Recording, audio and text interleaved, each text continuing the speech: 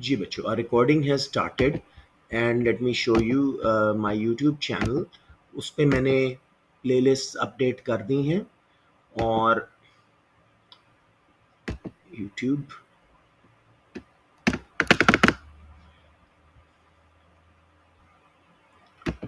ये देख लीजिएगा. This is my channel Junaid Syed eco. और इसमें प्लेलिस्ट पे जब आप क्लिक करेंगे तो पहली दो प्लेलिस्ट थी P4 2024, P2 2024. P2 की 7 वीडियोस लग चुकी हैं, P4 की 6 लग चुकी हैं, एक मुझसे ज़ाया हो गई थी. तो बेसिकली जितना हमने अभी तक किया है वो काम सारा मैंने पोस्ट कर दिया है. जब आप किसी इसमें प्लेलिस्ट पे जाएंगे तो आपको ये देखो तरतीब से March 24 and up to June 24 variant 3 class 1 सारा लगा हुआ आपको मिल जाएगा. So you will have updated.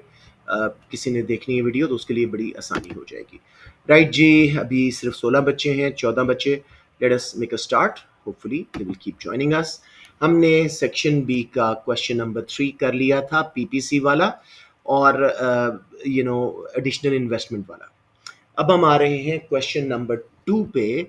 From 2030 most new car production in UK will be of electric cars, excluding the price of electric cars. Price को exclude कर देना. Explain the determinants of demand. ठीक है, for electric cars and consider which of these determinants is likely to be of greatest significance यानी greatest importance at the present time. तो ये जरा थोड़ा सा हमें इसके चैलेंज को हैंडल करना होगा. सबसे पहले की टर्म कौन सी है इस क्वेश्चन में?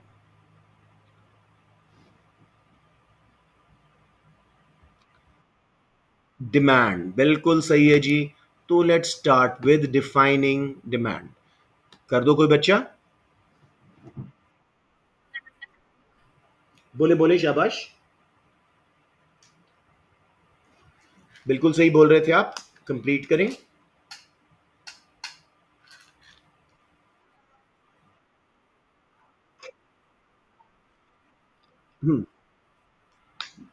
ठीक है, थोड़ा सा इसको मजीद कंप्लीट करते हैं. Demand is the willingness and ability of consumers to buy a good or service at given prices per period ceteris paribus. तो बाकी विलिंगनेस एंड एबिलिटी पे ही आपको मार्क्स मिल जाएंगे. एक मार्क होगा इसका मार्क स्कीम में. अब हम चलते हैं determinants of demand.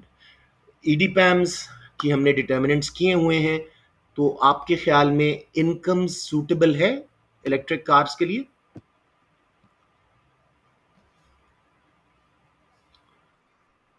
Yes, very suitable because electric cars are quite expensive. They fall under normal and luxury cars. ठीक है, तो थोड़ा सा कोई बच्चा मुझे एक्सप्लेन करे how changes in income will affect demand for electric cars.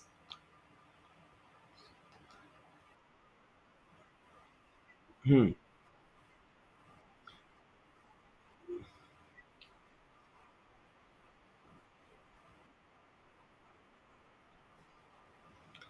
अच्छा, प्राइसेस को क्यों बीच में ला रहे हो इनकम में, ईमान? हाँ. So when incomes rise, people will buy more electric cars because they fall under the category of normal and superior goods. ठीक है, their demand will be. हाँ, आप समझ आ गया, आपने पीडी की बात कर दी. Be very careful while writing. तो अब कोई और बच्चा रिपीट करो और different from Iman income changes का इफेक्ट बताओ इलेक्ट्रिक कार्स पे. एनीवन जी?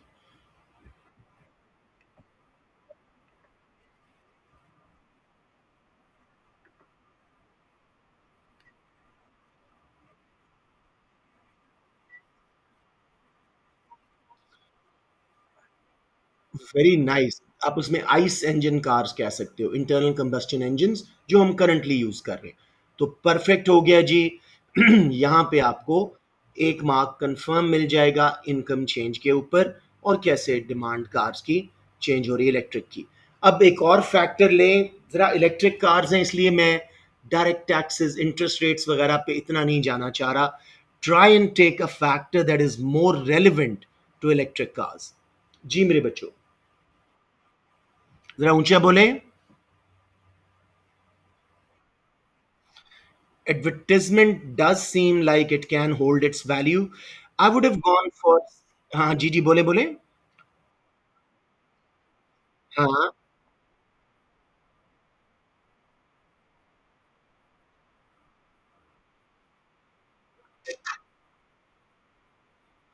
ये अच्छा है, फैशन टेस्ट वगैरह, या ये ठीक है.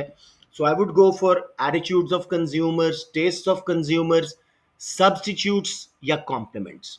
देखो, मैंने खुद सोचा था इलेक्ट्रिक कार खरीदने का, लेकिन लाहौर में इतने इलेक्ट्रिक चार्जिंग पॉइंट्स नहीं है, तो मैंने सोचा नहीं, अभी टाइम नहीं है. Are you following how we think as consumers? तो इस तरह करना है हमने. तो तीन फाइनलाइज करते हैं जी. इनकम्स टोटली ठीक है. उसके बाद जो है सब्स्टिट्यूट्स एंड कॉम्प्लीमेंट दूसरा ले लेते हैं. If prices of substitute cars, diesel and petrol cars rises, demand for electric cars is likely to rise depending on their cross elasticity. उसके बाद जी एंड वाइस वर्सा. फिर कर लेते हैं complements. If petrol gets expensive, people will switch towards electric cars because demand for traditional cars will fall. And if electric charging points are more readily available everywhere, उसमें भी demand for electric cars is supposed to be rising. समझ आ गया मेरा बेटा? कोई confusion? Okay. अब जरा जाते हैं, वो कहता है जी, which of these determinants is likely to be of greatest importance या significance at present time? आपके ख्याल में इलेक्ट्रिक कार्स की डिमांड पे मोस्ट इंपॉर्टेंट दो फैक्टर्स मुझे बताएं. इंफ्रास्ट्रक्चर यानी कि charging points, prices of petrol, ठीक है, prices of diesel and petrol cars, और इंफ्रास्ट्रक्चर में चार्जिंग पॉइंट्स आ जाएंगे. और दूसरे आप बोल रहे थे इनकम्स, बिल्कुल ठीक है, income is a major determinant.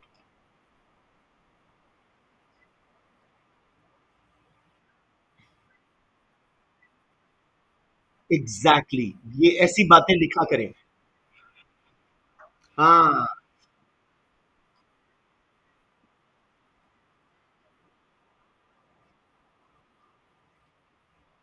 या क्वालिटी में.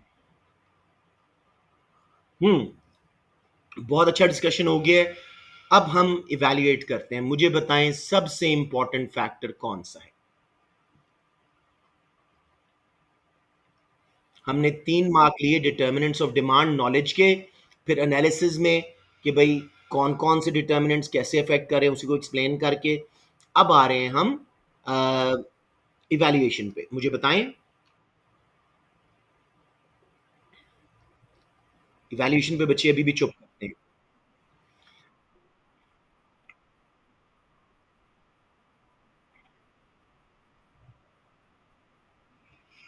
उनकी, हाँ, रेंज एंग्जायटी इतनी है. हाँ, बिल्कुल सही है. आप कह सकते हो infrastructure and prices of petrol, ठीक है, are the most important determinants. In my opinion infrastructure is the most important, because some low income countries still have not got enough infrastructure to give the consumers enough confidence to switch from ICE engine cars to electric cars. जी बेटे बेटे आगे बताएं.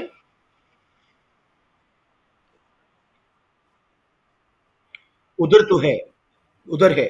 तो हम लो income countries की ये बात कर देंगे. हाई इनकम कंट्रीज में आप इनकम को लेके आ जाइएगा, या price of petrol, fashion taste वगैरह. समझ आ गया? So that was good enough I would say. Let us जी जी. हैजी, लेट्स सी. नहीं, बिल्कुल नहीं. ना, बिल्कुल नहीं. उसने कहा 2030 से यूके में मोस्ट प्रोडक्शन इलेक्ट्रिक कार्स की होगी, मान लिया. Excluding the price of electric cars, explain the determinants of demand for electric cars and consider which of these determinants is likely to be of greatest importance at present time. उसने कोई UK का दोबारा reference नहीं दिया. समझ आ रहे हैं? हाँ, देखो उसने एक स्टेटमेंट दी है कि इलेक्ट्रिक कार्स की तरफ यूके जा रहा है, ठीक है। अगर नीचे कहीं कहता यूके तो हम यूके से स्टिक करते। उसने ओपन क्वेश्चन दिया है, पॉसिबल डिटर्मिनेंट्स किसी भी कंट्री में। समझ रहे हैं? असल क्वेश्चन तो ये है ना, वो तो एक स्टेटमेंट थी। I you following? या, तो let us now look at the marks scheme. Maybe I am wrong, let's see. जी, follow the point based criteria, 3 for knowledge, knowledge of understanding of income, price उसने खुद का excluding और उसमें डाल दिया, availability of substitutes, fashion, taste, attitudes, बिल्कुल ठीक है।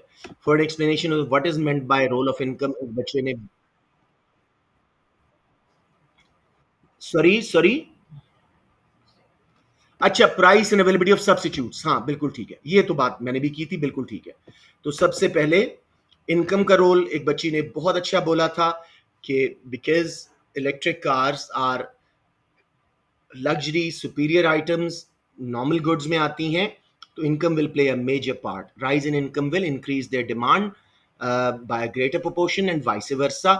फिर आयशा ने शायद बोला था कि जी सोशल मीडिया अवेयरनेस कैंपेन्स, जिससे लोगों के एटीट्यूड्स डिटर्मिन होंगे कि एनवायरनमेंट के लिए ये बहुत अच्छी है तो लोग इसकी तरफ स्विच करेंगे, एंड अगर वो कैंपेन्स अच्छी नहीं है तो वो नहीं स्विच करेंगे।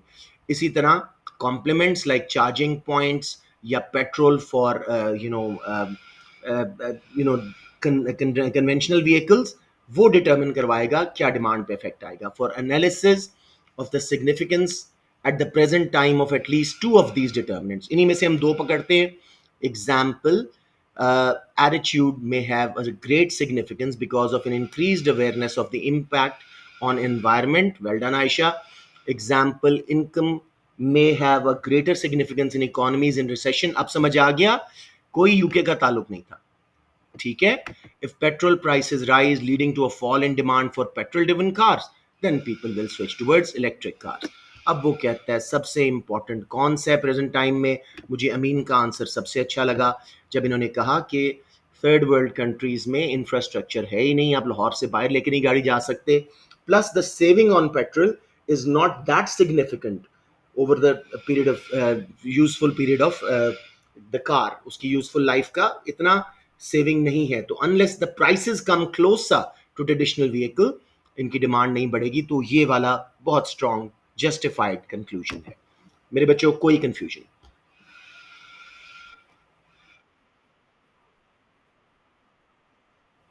जी बोलें, क्या चीज? Again prices compared to conventional vehicles, जैसे उसने price and availability of substitutes की बात की है।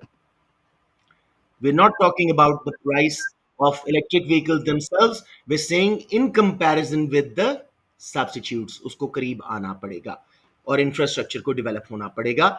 More important at this moment is the difference in prices of electric cars and the substitutes. समझ आ गया? I mean, चले, let's move on. Let us एक बार मैं जरा देखना चाह रहा हूँ कितने बच्चे आ गए हैं। कल तो एक बार आए थे ज़्यादा, हाँ चले कुछ बेहतर है, but not as many as I wanted. चले, let's move on. Assess whether cross elasticity of demand is likely to be more important in determining the demand for electric cars than income elasticity of demand. तो मेरे बच्चों बड़े तसल्ली से पहले XCD को define कर दें, फॉर्मूला दे दें, ताकि जिन बच्चों का ये वीक है वो ठीक हो जाए। बोले शाबाश। It is a measure of responsiveness of someone, yes,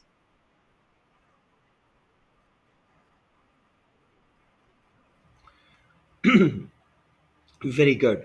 It is a measure of responsiveness of quantity demanded of good A to a change in price of good B. Yeah, another good. Formula, percentage change in quantity demanded of good A divided by percentage change in price of good B. एक mark मिल जाएगा, लेकिन हम इस पर rely नहीं करेंगे और हम चलते हैं आगे इसमें। क्रॉस इलास्टिसिटी का क्या इंपॉर्टेंस है determining demand for electric car? हाँ, सबसे पहले तो the firms can calculate XED. If it is positive, it means substitutes, means diesel and petrol vehicles. So any change in price of those vehicles will affect demand for electric cars. Hence, नहीं, कोई जरूरत नहीं, कोई जरूरत नहीं है. तो आपने बताना है कि substitutes have a positive relationship. If price of one rises, demand for the other rises. So if conventional cars become expensive, demand for electric cars should rise. They can keep the price constant or raise it by less than substitutes in order to increase their revenue. या vice versa कर सकते हो. अगर दूसरों ने कम की थी तो हमें अपनी प्राइस कम करनी पड़ेगी, प्रमोशनल ऑफर्स देनी पड़ेंगी. जी, कॉम्प्लीमेंट्स का बताएं जी. पेट्रोल की बात कर सकते हैं, चार्जिंग पॉइंट्स की बात कर सकते हैं. बल्कि इसके चार्जिंग पॉइंट्स बनेंगे. बताएं मुझे जी, कैसे इफेक्ट आएगा? इफ व्हाट बिकम्स चीपर तो इलेक्ट्रिसिटी कार की डिमांड बढ़ेगी. Electricity. If electricity becomes cheaper and easily available at charging points, demand for electric cars will increase. They will have to increase production, they will have to increase prices, and benefit from this time to increase their revenue. अब मेरे बच्चों 3 marks हो गए. अब हम करते हैं इसकी लिमिटेशंस. बता दें जी, एक्सीडी कहाँ कहाँ नाकाम है, स्पेशली आपने बात करनी है इलेक्ट्रिक कार्स के हवाले से. सॉरी, कम अगेन, ये लगती हैं बिल्कुल. जी, जी, बिल्कुल लगती हैं. उनका लिखें. अगर वो सस्ती हो जाएँ तब इलेक्ट्रिक कार की डिमांड बढ़ेगी, महँगी होंगी तो डिमांड गिरेगी. ठीक है? अब मुझे थोड़ा-सा बताएँ limitations of cross elasticity for electric cars. वही लिमिटेशंस हैं बच्चों. हिस्टोरिक डेटा ये बिल्कुल नई चीज़ है. Electric cars are a very new phenomena. तो इसके ऊपर इतना डेटा अवेलेबल ही नहीं होगा. Plus inaccurate sample, ceteris paribus, ceteris paribus assumption, or in case of cars, brand image might matter much more than the cost effectiveness. कुछ follow कर रहे हो? जी, बड़ा मुश्किल हो जाता है टू कैलकुलेट एग्जैक्ट एक्सीडी. शाबाश. मेरे सब बच्चों को समझ आ रहा है या सिर्फ ये चंद बच्चे जो बोल रहे हैं इनको समझ आ रहा है? Please tell me. All right, let's move on जी. अब जरा आप लोग जो मुसलसल बोल रहे हो, माशाल्लाह, गुड किड्स, थोड़ी देर के लिए आप लोग जरा ब्रेक लें. मुझे बच्चों से दूसरों से पूछने दें. मुझे बताएं जी, इनकम इलास्टिसिटी ऑफ डिमांड की definition. Other than these 4-5 kids, कोई और बच्चा बताओ.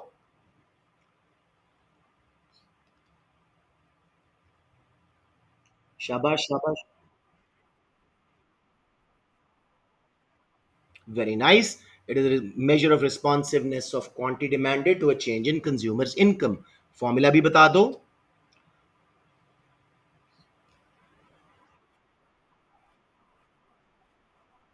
ये बिल्कुल सही फॉर्मूला है. हमेशा क्वांटिटी ऊपर आती है, इनकम प्राइस वगैरह नीचे आते हैं. Well done. अब मेरा बेटा तसल्ली से बताएं कि इलेक्ट्रिक कार्स के सिलसिले में इनकम्स अगर राइज हो रही हैं वर्ल्ड वाइड, तो what will happen to the demand? What category do they fall in? They fall in luxury, normal goods, luxury goods. ठीक है, तो इनकी डिमांड बढ़ेगी. तो the firms should raise price, introduce more luxury models, and add more features to benefit from this period and increase their revenue. However, if there is recession, electric cars वालों को क्या करना पड़ेगा? उनकी डिमांड गिरेगी. उन्हें क्या करना चाहिए? बजट मॉडल्स लाएं. यस, बजट मॉडल्स लाएं गाड़ियों के, सस्ते वाले, जिसमें जरा फीचर्स कम हो लेकिन वो बजट फ्रेंडली हो, ताकि रिसेशन में भी वो हिट ना हो. क्योंकि ये इंफीरियर गुड्स नहीं है, उन्हें कुछ इंफीरियर गुड्स अपने प्रोडक्ट्स में ऐड करनी पड़ेंगी. Sorry, sorry. ये हम कर रहे हैं बेटे 2024 वेरिएंट 23, मई जून. ठीक हो गया? अब हमने दोनों को एनालाइज कर लिया है, 8 मार्क्स आ गए हैं। अब मेरे बच्चों तसल्ली से बताएं, ज्यादा इंपॉर्टेंट आपको इलेक्ट्रिक कार्स के सिलसिले में। Thank you, yes.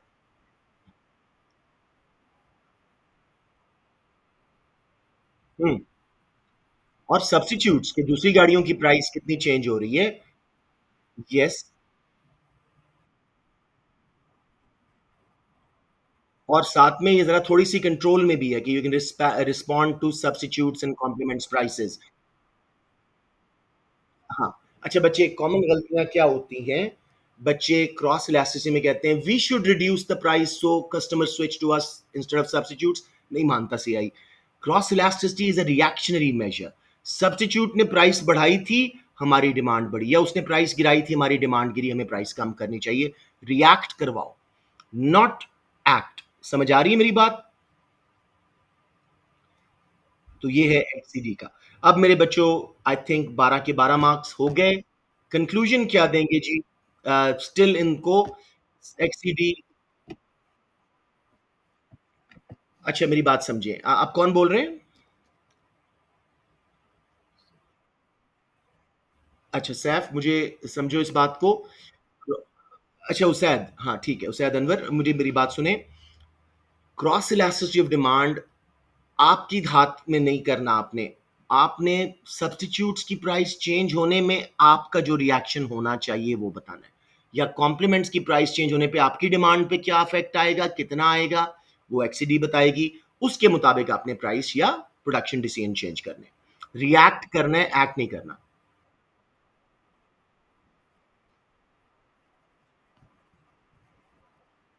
हाँ, एंड पे ये बात करेंगे कि एक्सीडी, हाँ, in case of electric cars XED is a better measure because it's more in the control of business to react to substitutes and complementary goods prices.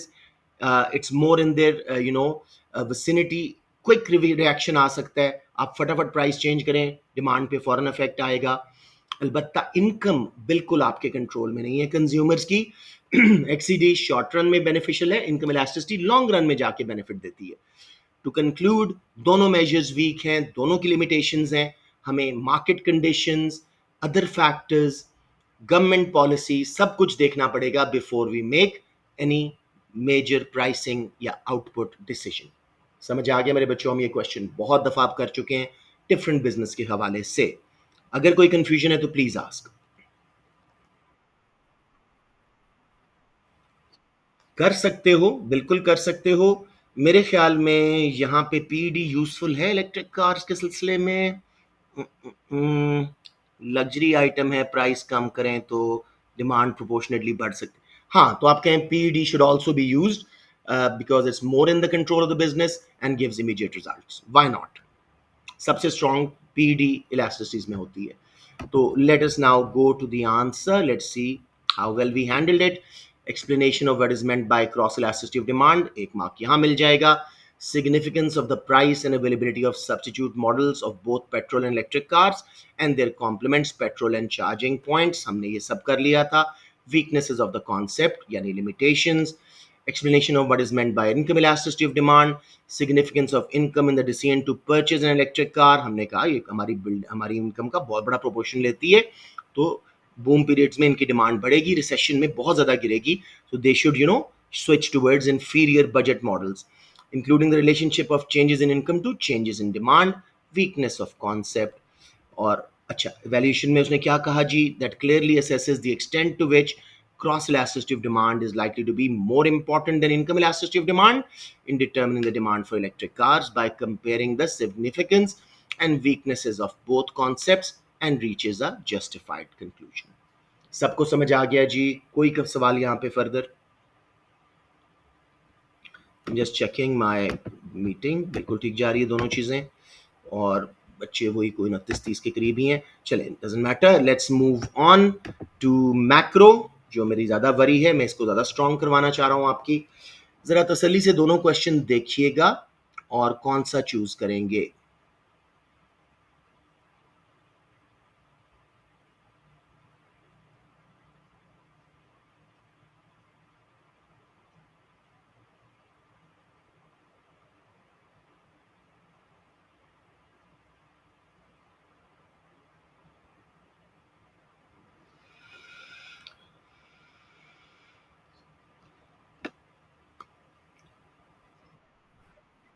4 आपने choose किया। मुझे 4 पसंद आ रहा है, आई मीन मुझे 4 बहुत पसंद आ रहा है। मुझे वो बड़ा स्ट्रेट फॉरवर्ड आसान सा क्वेश्चन लग रहा है। 5 में कहीं ना कहीं गड़बड़ हो जाएगी, बट अगेन या इफ यू फील मोर, अगर आपको आ रहा है समझ तो कोई मसला नहीं है, हर बंदे की अपनी चॉइस होती है। दोनों ही रिलेटिवली बहुत आसान क्वेश्चन नहीं है, लेकिन रिलेटिवली इजी है। क्वेश्चन नंबर 4 को देखते हैं जी। अब यहाँ पे जहाँ बच्चे गलतियां करते हैं इसको सही करना है with the help of a diagram. हमने डायग्राम बनाना है और सही वाला बनाना है। एक्सप्लेन हाउ इंक्रीजेज, एक बार नहीं कई बार, an aggregate demand affect the level of real output and price level in an economy, and consider when such increases may become a problem। सबसे पहले की टर्म्स जी मुझे बताएं, नॉलेज के लिए 3 marks. AD definitely. Price level और real output मेरा नहीं ख्याल, डायग्राम ही बाकी मार्क्स दे देगा। वो वैसे एक्सप्लेन हो जाता है, डायग्राम के 2 मार्क्स होंगे मेरे हिसाब से। चलिए लेट अस नाउ, आपसे पहले पूछ रहा हूं फिर मैं ड्रॉ कर रहा हूं। जी मेरे बच्चों बताओ कौन सा डायग्राम यहां बनना चाहिए।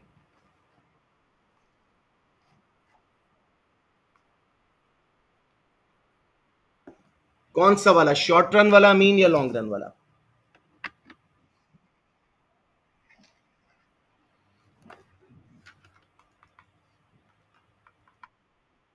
लॉन्ग रन वाला आपने पहले, शॉर्ट रन वाला सोचा हुआ था ना, बस ये ध्यान कीजिएगा।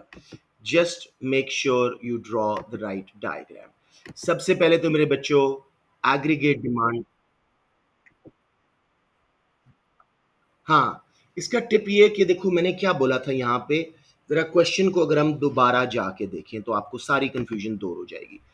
वो कहते हैं जी explain how increases in aggregate demand affect the level of real output and price level in an economy, and consider when such increases may become a problem. जब हम फुल एम्प्लॉयमेंट के पास आ रहे हैं, कुछ फॉलो कर रहे हो, लॉन्ग रन ही बनेगा। तो वैसे शॉर्ट रन वाले के भी वो आपको मार्क्स दे देगा, और अगर आपने थ्योरी लॉन्ग रन वाली सही बता दी तो स्कोर पूरा मिलेगा इंशाल्लाह, no worries. Let's now, spare capacity की बात कर रहा हूँ, हाँ जी वही वही बात कर रहा हूँ। अच्छा, why is my computer thingy not working, अच्छा अच्छा ठीक है ठीक है, गॉट इट। जी बच्चे अब मैं इसको ड्रॉ करता हूँ।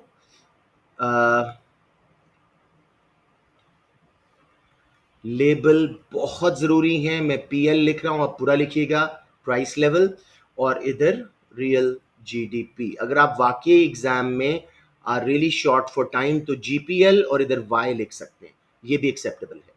अब जी long run aggregate supply curve हमने बना दिया। अब आप AD zero, equilibrium zero, price बन गई जी ये, और लेवल ऑफ आउटपुट बन गया ये। अब पहली दफा एग्रीगेट डिमांड को हम with in are elastic part करेंगे, प्राइस लेवल नहीं बनेगा। नेक्स्ट टाइम हम उसको इन इलास्टिक पार्ट में करेंगे। अब देखें जी प्राइस लेवल भी बढ़ रहा है और रियल जीडीपी भी बढ़ रहा है।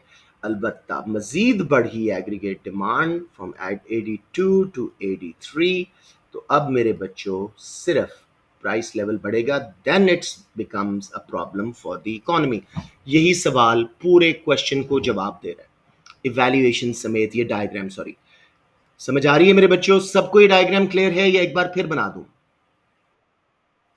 लोअर हाफ में हम फुल एम्प्लॉयमेंट से पीछे हैं, स्पेयर रिसोर्सेज अवेलेबल हैं।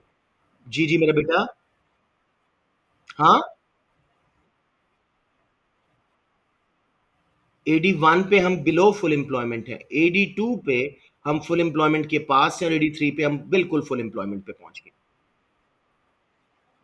बिकॉज जब तक ये मेरा बेटा यूं मुड़ता नहीं है ना, ये फुल एम्प्लॉयमेंट ये है, हम अभी तक नहीं पहुंचे थे, यहां से मुड़ना शुरू हुआ है और फिर परफेक्टली इनलास्टिक हुआ है। Got it? ओके जी, बैक टू द क्वेश्चन। तो हमने सबसे पहले मेरे बेटे एग्रीगेट डिमांड को डिफाइन करना है, तो कुछ कर दो मेरे बच्चों। What is aggregate demand? It is the total spending on all goods and services produced within a country over a year. इसके अंदर कंपोनेंट्स कौन कौन से हैं, फॉर्मूला दे दो। शाबाश। हाँ, सी प्लस आई प्लस जी प्लस एक्स माइनस एम। बिल्कुल ठीक हो गया। परफेक्ट। उनके नाम भी लिख देना, consumption, investment, government spending, net exports. अब जी हम आगे चलते हैं, ये डायग्राम बनाएंगे और बताएंगे कि aggregate demand increases are likely to increase real output and price level will not increase if economy has spare resources, land, labor, capital available, and या फिर यूं हो सकता है कि इन्वेस्टमेंट की थी फर्म्स ने जिसकी वजह से एग्रीगेट सप्लाई भी शिफ्ट हुआ, तो तब भी डिमांड पुल इन्फ्लेशन नहीं आएगी। इन्फ्लेशनरी प्रेशर कब आएंगे? जब हम फुल एम्प्लॉयमेंट के पास या उसके ऊपर पहुंच जाएंगे। ये ई टू और ई थ्री के बीच में देखो सिर्फ प्राइस लेवल बढ़ रहा है। सो उस वक्त it will start becoming a problem for the economy because inflation will make exports expensive, imports cheaper, balance of payment खराब और मेन्यू कॉस्ट वगैरह छोटे छोटे मसले काफी सारे आएंगे। ठीक है जी, any confusion? Let's look at the mark scheme. I hope it's in line with what we are saying because मेरे माइंड में और कुछ नहीं आ रहा इसका। For a fully accurate diagram that is accurately labelled है कंज्यूमर गुड्स। अच्छा अच्छा, 4, yeah, an accurate understanding of the components of aggregate demand, C plus G plus I plus X minus M, 1 mark. An accurately labeled ADS diagram showing the initial equilibrium point, 1 mark. That also shows, अच्छा I mean एक shift वाला भी वो accept कर रहा है, short run वाला भी, और shifts to the right of AD curve and the subsequent changes in price level in real GDP, जैसे हमने ये वाला अपना डायग्राम बनाया। इसको बच्चे आज प्रैक्टिस कर लो, ये आपका बहुत इंपॉर्टेंट डायग्राम है। डिमांड पुल इन्फ्लेशन में ये बनाना होता है, एक्सपेंशनरी पॉलिसीज में बनाना होता है, ऐसे क्वेश्चन में बनाना होता है। ठीक है जी, अब देखो for an explanation of why aggregate demand में इंक्रीज, हमें स्लिप हो गया था लेकिन मैंने बोलना था वैसे। एग्रीगेट डिमांड क्यों बढ़ेगी जी? Due to any injection in one of its components. Let's say incomes rise, so consumption will increase. As a result, firms will invest more. या गवर्नमेंट स्पेंडिंग बढ़ती है इलेक्शन के पास, whatever, कुछ थोड़ी सी reason. For an explanation of why this increase may not cause problems such as inflation, सही line पे जा रहा है, because of the shape of the AS curve. Because AS may increase in line with AD if the increase is due to an increase in investment. For an explanation of why it may cause problems if economy is at full employment and aggregate supply cannot increase. For valid evaluation, recognition that increases in aggregate demand may result in inflationary increase in the price level beyond the full employment level of output.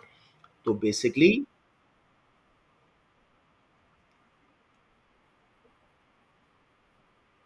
um, अब इसका मेरे पास frankly कोई जवाब नहीं।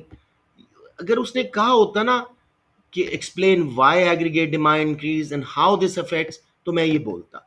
उसने सिर्फ how increase in, unfortunately CI marks scheme में top students को भी एक आधा मार्क लूज हो जाता है बिकॉज वर्डिंग ही ऐसी नहीं होती। I you understanding my dilemma here? मेरे पास कोई इसकी एक्सप्लेनेशन नहीं है। उन्होंने क्यों डाल दिया, मेजोरिटी ऑफ स्टूडेंट्स ने एक्सप्लेन किया होगा क्यों एग्रीगेट डिमांड बढ़ती है। उन्होंने कहा इसको भी एक मार्क दे दो। ये हमारे हाथ से बाहर है आयशा, इसलिए तो 23-25 पे ये आ रहा है मेरा बेटा, समझ रहे हो? हमेशा A2 में तो मैं कहता हूं जी बहुत ही वाइड एंगल से बात करो। A1 में भी अब वही इनकी आना शुरू होगी, तो थोड़ा सा आयशा बेटे लिख दिया करो extra, but don't go so far away from the question के, टाइम मैनेज नाउ। ठीक है बेटे, are you satisfied, you understood? She said, कोई बात नहीं, एक आधा मार्क छूटने से कुछ नहीं होता। राइट जी, सो लेट्स मूव ऑन।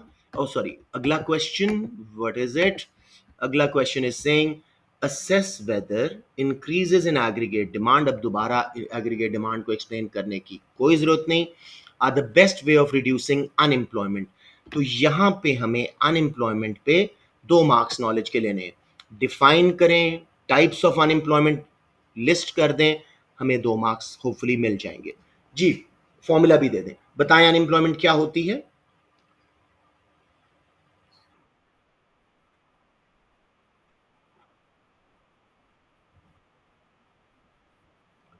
हाँ, willing and able to work but cannot find a job is calculated by the formula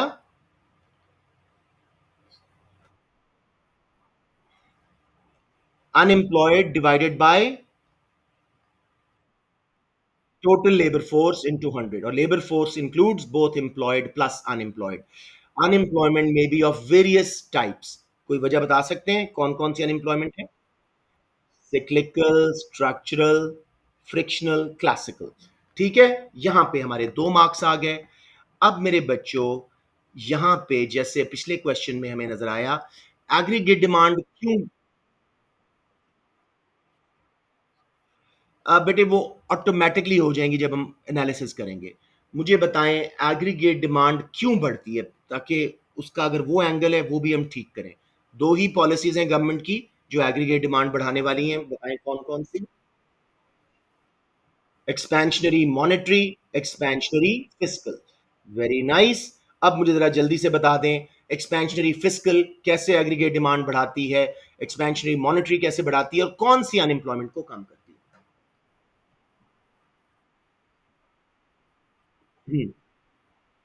हम्म हम्म। उससे कंजम्पशन इन्वेस्टमेंट का इंजेक्शन आएगा, गवर्नमेंट स्पेंडिंग का इंजेक्शन आएगा, एग्रीगेट डिमांड राइट पे शिफ्ट होगा। मॉनेटरी में क्या करोगे आप?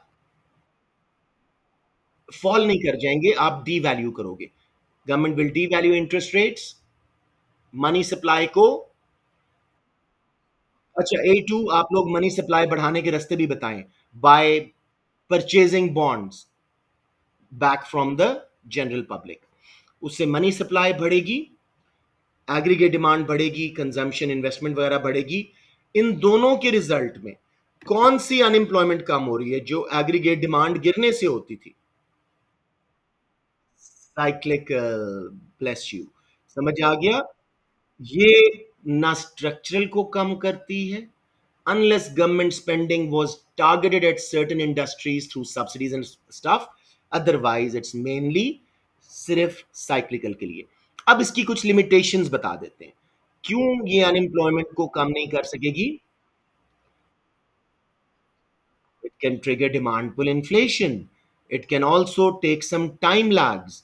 It can also be the wrong level of taxation, wrong level of interest set, interest elasticity of demand नहीं था, फ्यूचर कॉन्फिडेंस नहीं था, तो शायद एग्रीगेट डिमांड ना बढ़े।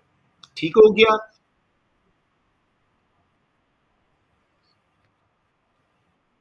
यस, बिल्कुल ठीक है। अगर फुल एम्प्लॉयमेंट पे थे, स्पेयर रिसोर्सेज नहीं थे, तो अनएम्प्लॉयमेंट कम नहीं होगी, साइक्लिकल भी। यस, तो वहां पे ये सक्सेस, ओह या सॉरी, हाई इनकम कंट्रीज तो मैंने रेफर ही नहीं किया। ठीक है, मुझे जेहन में नहीं आया, हाई इनकम कंट्री से रेफर करें, सॉरी। ठीक है, थैंक यू।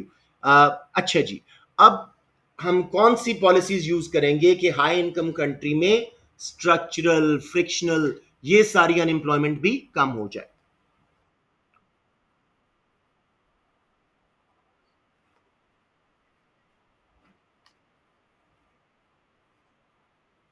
हाँ, provision of information, job centres,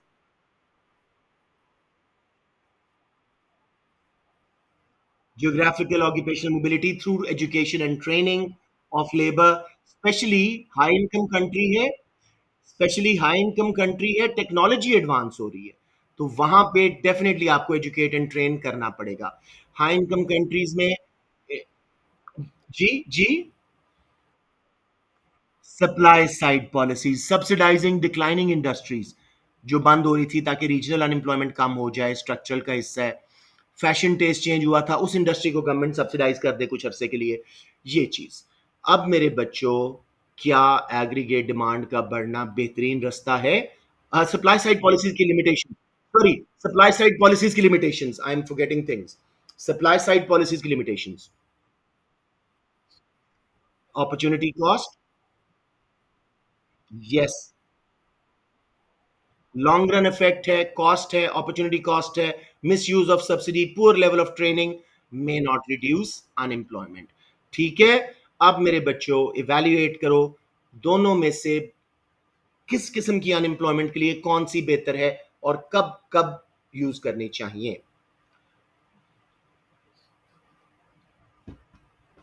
I've kind of given you the answer.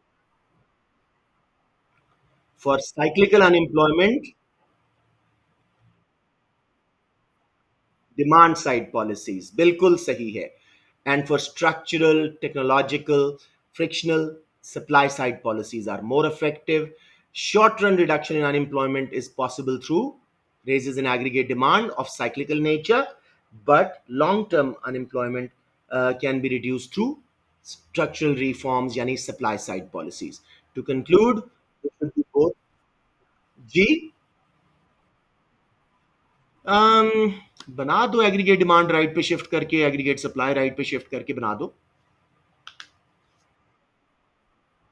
जी,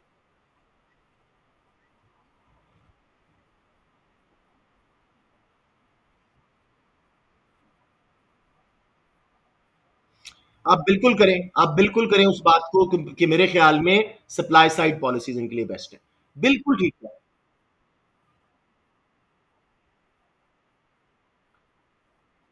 लेकिन देखो, हाई इनकम कंट्रीज में रिसेंटली भी 2 रिसेशन आ चुके हैं।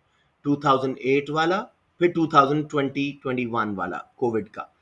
ठीक है? तो रिसेशन उधर भी आते हैं।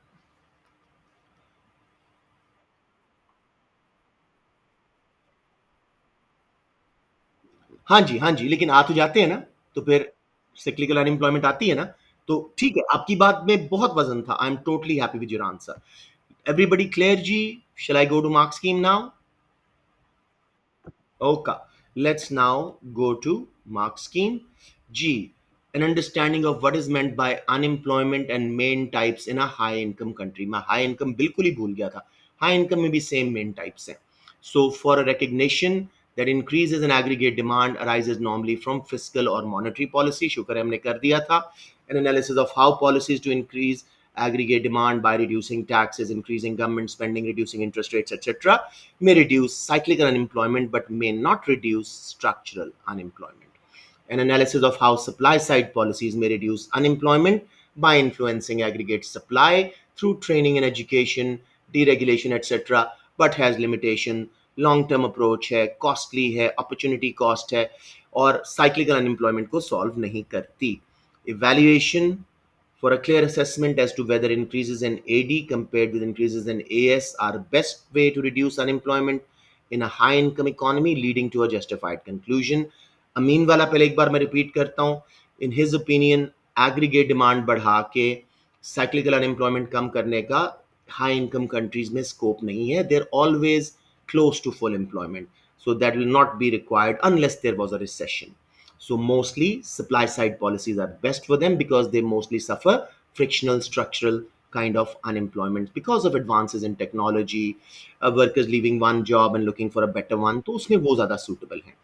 अलबत्ता government can use both of them together, one for short run reduction in cyclical unemployment and one for long term reduction in all other types of unemployment. समझ आ गया मेरे बच्चा? हम्म, combination is always a good idea. Short run, long run is a great idea. Combination is a great idea. किस period के लिए कौन सी ठीक है, किस टाइप की अनएम्प्लॉयमेंट के लिए कौन सी ठीक है, इवैल्यूएशन है ही यही चीज। इन डेप्थ घुस जाओ, मसले का हल निकालो उस कंट्री।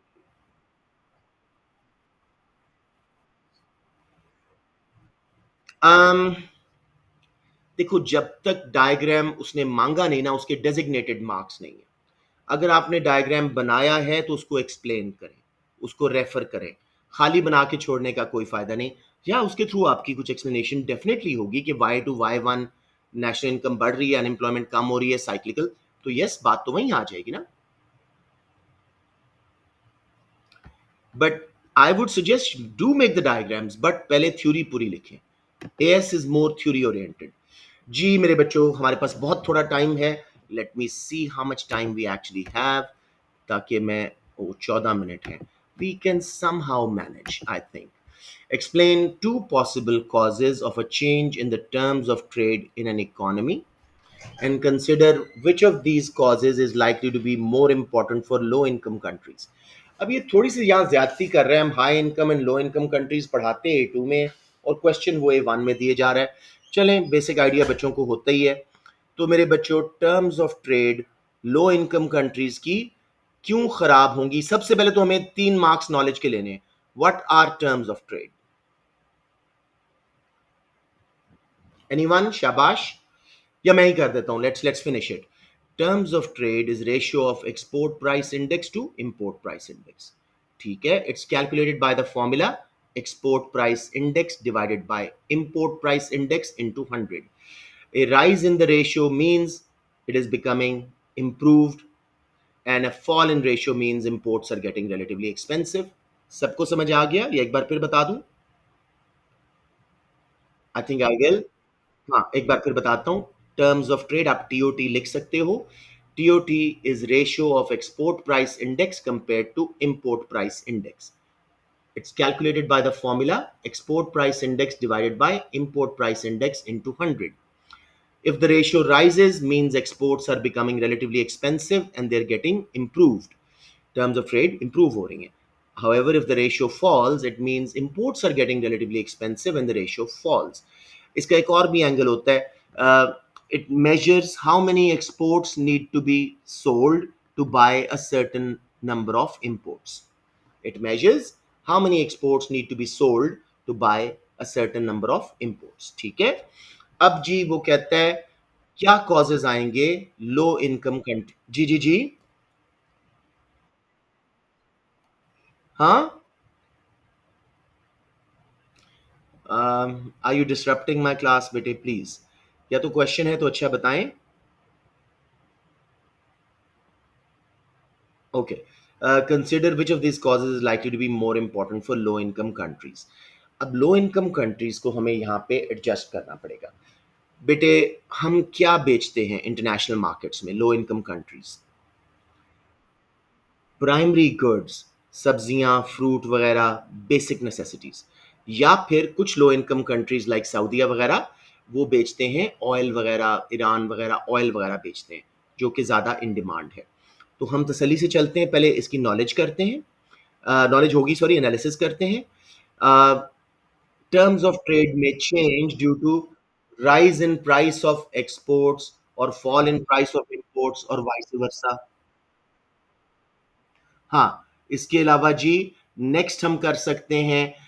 टर्म्स ऑफ ट्रेड में also change due to use of protection methods by low income countries that will make imports expensive, exports cheaper by subsidies. Another reason can be inflation. Exchange rate changes भी आ सकते हैं. अब हम analysis करते हैं. Low income countries usually sell primary goods like fruits, vegetables, wheat, basic necessities, and buy, import expensive secondary, many manufactured goods, and tertiary services like education. So, our terms of trade are usually going low because when incomes rise, ठीक है, people buy more of these luxury items, not of the necessities. तो हमारी export सस्ती हो जाती है, imports महंगी हो जाती हैं. ठीक है. दूसरा फैक्टर जी, प्रोटेक्शनिज्म या एक्सचेंज रेट चेंजेस, वो भी यूज कर सकते हैं. हमारे कंट्रीज के अक्सर एक्सचेंज रेट जो हैं वो डिप्रिशिएट हो रहे होते हैं. इंटरनेशनल ट्रेड में हमारा डिसएडवांटेज है, जिसकी वजह से एक्सपोर्ट्स सस्ती हो रही होती है और इंपोर्ट्स महंगी, तो वो भी हमारे लिए बुरा हो जाता है. Most important. जी सॉरी. एक्सचेंज रेट डेप्रिशिएट होता है, बिल्कुल. तो ये बिल्कुल आपने सही कहा. उससे एक्सपोर्ट सस्ती, इंपोर्ट्स महंगी, तो हमारी टर्म्स ऑफ ट्रेड फॉल करेंगी. इसके अलावा जी, depends on what kind of exports we do. If low income countries are exporting more of oil or minerals, जिनकी वर्ल्ड में डिमांड बढ़ रही है, तो उनकी एक्सपोर्ट्स महंगी हो जाएंगी, इंपोर्ट सस्ती. तो basically they will experience improvement in terms of trade. Evaluation इसी बात पे है. What is the low income country exporting? Basic necessities और necessities like oil, gas etcetera, जिनकी बहुत डिमांड है। समझ आ गया?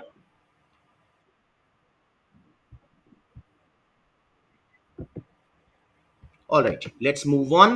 Assess the extent to which different tools, अच्छा मेरा नहीं ख्याल ये हो सकेगा, ये हम कल की क्लास में करते हैं, इसको आराम से करेंगे। अच्छा क्वेश्चन लग रहा है कि कैसे टर्म्स ऑफ ट्रेड को, टैरिफ, कोटाज, एक्सपोर्ट सब्सिडीज वगैरह सबका हम आराम से इसको सॉल्व करेंगे। सो दैट इज इट बच्चों। बच्चों प्लीज